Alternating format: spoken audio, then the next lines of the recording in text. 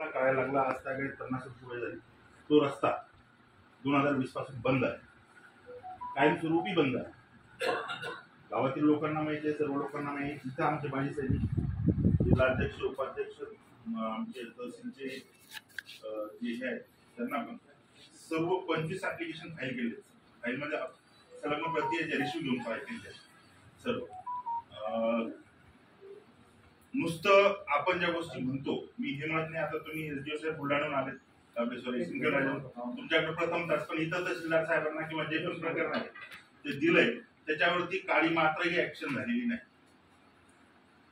माझी एकच विनंती आहे साहेब, नुसती कागदी घोडे नाचवल्यापेक्षा, फोटोग्राफी झाल्यापेक्षा, आज मी रेकॉर्डिंग वरती सांगतोय की सैनिकाला नुसती कोरडी आस दाखवण्यापेक्षा कुठेतरी ऑन ग्राउंड कामं झाले तर हे चालतील. जसं डाकणे साहेब म्हणले, यात कोडीची जर चूक असेल, माझ्या शेताला रस्ता बंद आहे, बंद आहे, आणि जो होता तो अडवलाय. माझा जो रस्ता होता तो का अडवला आणि तो खोलून देण्यात यावी, एवढीच माझी विनंती आहे.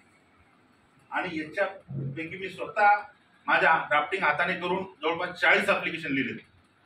नायब तहसीलदार राणे साहेब, इथले तहसीलदार साहेब, सर्व स्तरावरती सर्व पाठपुरावा केला. खालचं जे आपण जे लेटर पाहता, हे आमचे म्हणजे भावकीतले लोक, त्यांनी ते गाडी रस्ता मागितला होता. गाडी बरोबर नळ्याची जत्रा आमचाही रस्ता बंद करण्यात आला. आज रोजी मी शेतात जाऊ शकत नाही.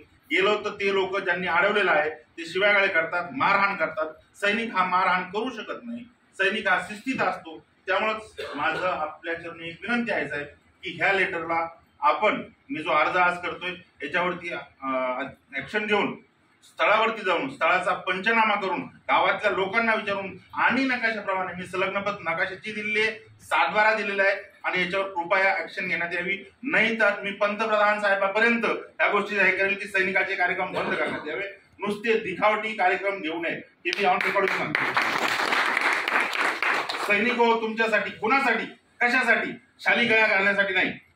3 एकर जमिनीचा तुकडा जो माझ्या वडिलोपार्जित मला भेटलेला आहे, सरकारने दिलेला नाही. म्हणजे सरकारचंच आहे, सरकार, मी पण सरकारचाच आहे.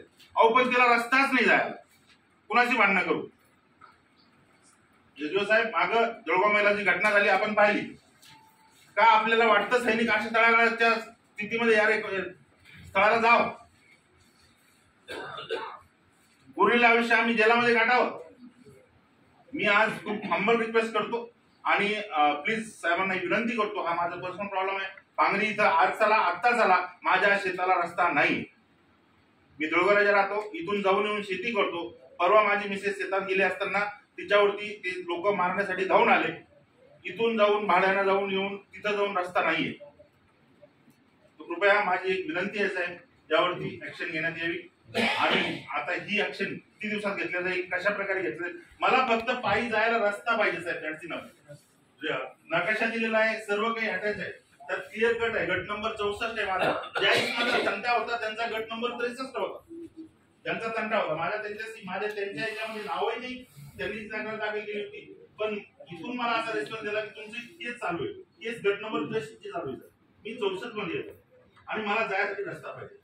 एवढे बोलून मी 2 शब्द संपवतो. काही साहेबांना एवढीच विनंती, साहेब यावरती ऍक्शन घेतील. तरुण तरफदार एसडीओ साहेब आहेत आणि आय होप 100% हे काम होईल. थँक्यू. जय हिंद.